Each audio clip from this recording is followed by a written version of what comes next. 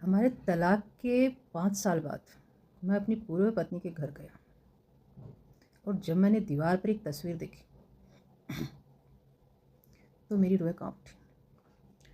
तब मुझे एहसास हुआ कि मैंने एक भयानक गलती की थी।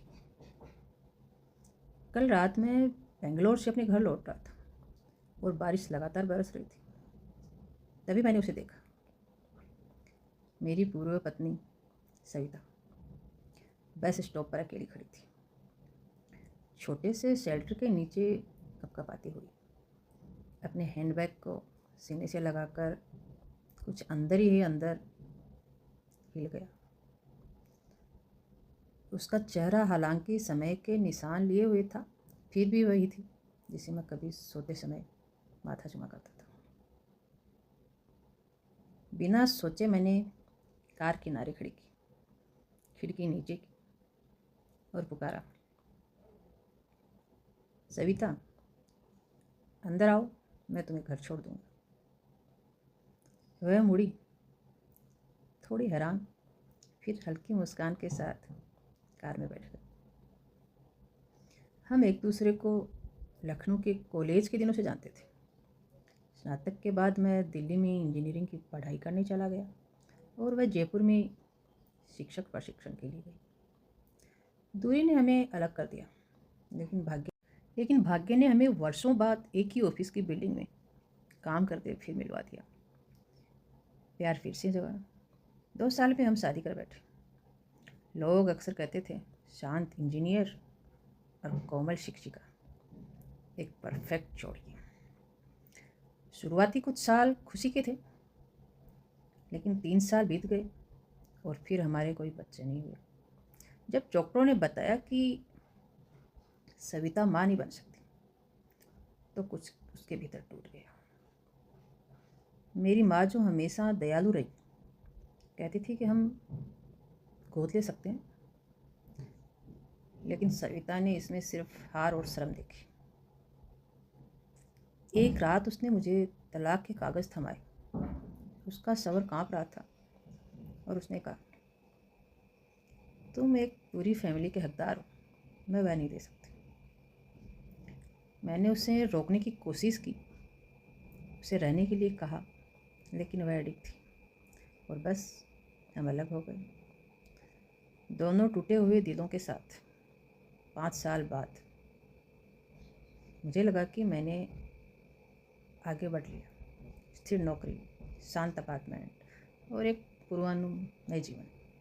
लेकिन जब मैंने उसे बारिश में देखा तो मेरी सारी दुनिया बिखर गई।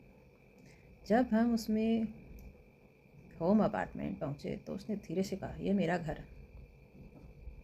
मैं उसके पीछे गया। जब मैंने दीवार की ओर देखा तो मैं जैसे पत्थर बन गया। जैसे ही मैं उसके लिविंग रूम में दाखिल हुआ, मेरी नज़रें सामने वाली दीवार पर पड़ी। वहाँ एक बड़ी सी फ्रेम की तस्वीर थी, एक हंसता खेलता 5 साल का बच्चा, जिसकी आंखें बिल्कुल मेरे जैसी थी, मुस्कान सविता जैसी। मेरी रूह कांप उठी, मेरे पैर जम गए और गले में जैसे कुछ फंस गया। मैंने लड़खड़ाती आवाज़ में पूछा, सविता, यह कौन है? सविता की आंखों से आंसू छलक पड़े।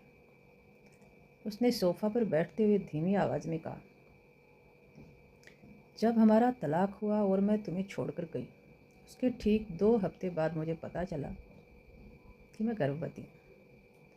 वह रिपोर्ट गलत थी कि मैं माँ नहीं बन सकती। मेरे कानों में जैसे घंटियाँ बजने लगी। तो तुमने मुझे बताया क्यों नहीं? 5 साल सविता, 5 साल तुमने मुझे मेरे बेटे से दूर रखा। उसने सुबकते हुए जवाब दिया, मैं तुम्हारे पास वापस आना चाहती थी, लेकिन मुझे लगा कि तुम अपनी नई ज़िंदगी शुरू कर चुके होंगे। मुझे डर था कि तुम शायद मुझे सिर्फ बच्चे की वजह से अपनाओगे, प्यार की वजह से नहीं। मैं नहीं चाहती थी कि तुम मुझ पर एहसान करो। तभी अंदर से एक कमरे से छोटी सी आवाज़ आई, मम्मा आप आ गए।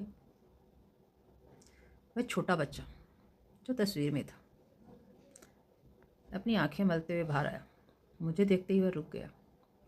सविता ने उसे अपनी ओर बुलाया और मेरी तरफ इशारा करते हुए कहा, निवान, देखो कौन आया है। ये तुम्हारे पापा हैं। उस पल मुझे अपनी भयानक गलती का एहसास हुआ। मैंने 5 साल पहले उसे आसानी से जाने दिया था। अगर मैंने उस वक्त थोड़ा और जोर दिया होता, अगर मैंने उसके दर्द को और गहराई से समझा होता, तो आज 5 साल हम साथ होते। मैंने घुटनों के बल बैठकर निवान को गले से लगा लिया। वह बारिश की रात सिर्फ एक इत्तेफाक नहीं थी, वह कुदरत का एक मौका था अपनी गलती सुधारने का।